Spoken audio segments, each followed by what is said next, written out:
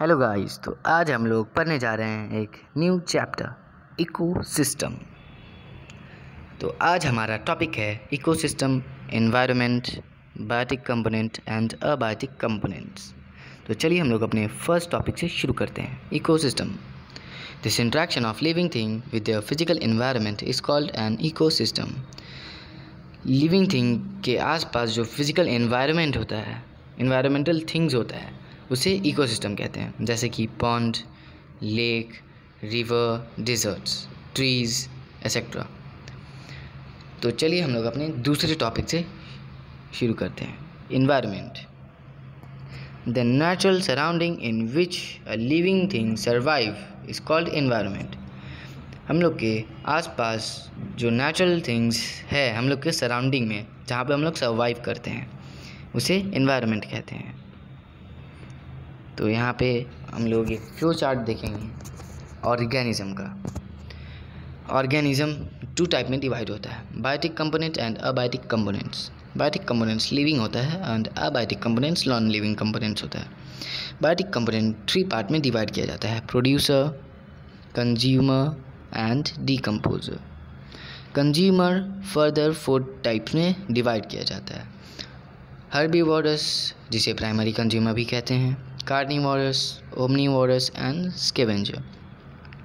Carnivorous का 2 type है, secondary consumer and tertiary consumer.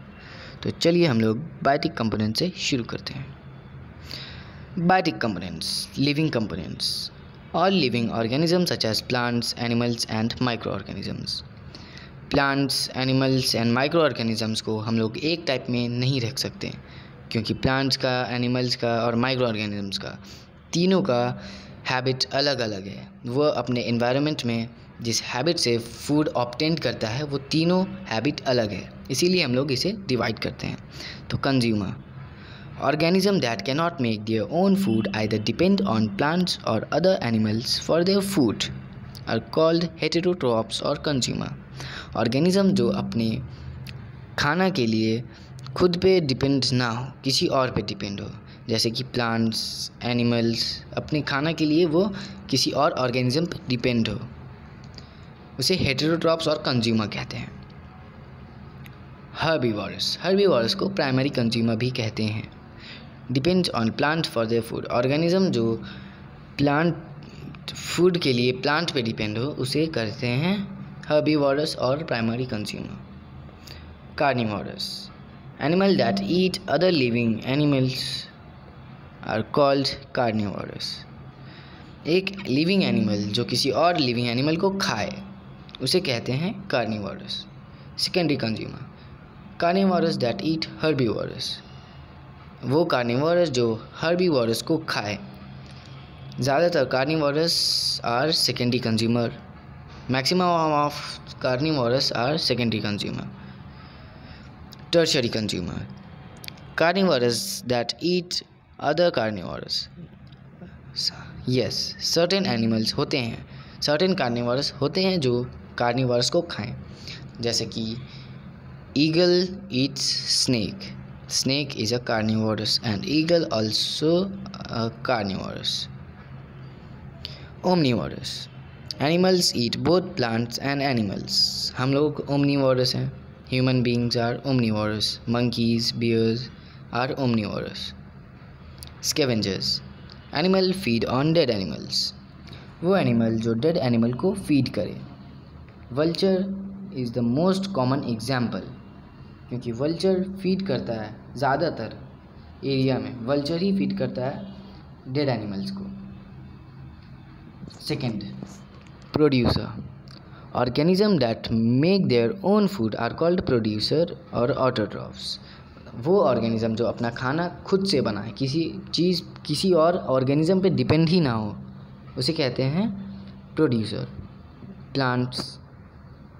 Plants ही एक प्रोड्यूसर है। थर्ड, डिकम्पोजर और डिट्रीटिवोरस, an organism like bacteria, fungi or invertebrates that feed on and break down dead plants or animal making nutrients in the ecosystem। वो bacteria जो किसी dead animal को feed करे, dead animal को या plant को feed करे और उसका न्यूट्रिएंट्स इकोसिस्टम में जाए, इसे कहते हैं डीकम्पोजर्स। तो इस चार्ट में आप देख सकते हैं flower eaten by caterpillar, eaten by frog, eaten by snake, eaten by owl. तो आउल यहाँ पे टर्शरी कंज्यूमर है and snake these are also a consumer, frog भी कंज्यूमर, कैटरपिलर भी consumer, but flower is a producer because वो अपना खाना खुद से बनाता है। ये फूड चेन है जिसमें प्रोड्यूसर प्रिपेयर करता है फूड ग्रास हॉपर के लिए, प्राइमरी कंज्यूमर के लिए, और प्राइमरी कंज्यूमर को खाता है सेकेंडरी कंज्यूमर, और secondary consumer eaten by tertiary. और ईगल भी एक टर्शरी कंज्यूमर है, ईगल आउल जो स्नेक को खाता है।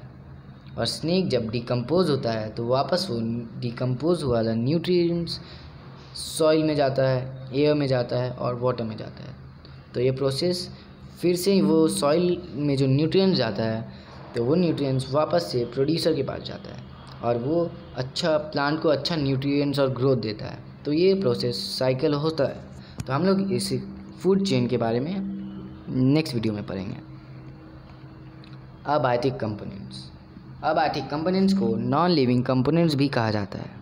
अबायोटिक कंपोनेंट के अंदर आता है light, air, water, soil, temperature and rainfall. These are abiotic components. तो ये सब भी बहुत ही इम्पॉर्टेंट है लिविंग थिंग्स के लिए। और फूड चेन के बारे में हम लोग नेक्स्ट क्लास में पढ़ेंगे और नेक्स्ट वीडियो में पढ़ेंगे। तो thank you for watching our video. Please subscribe our channel and like.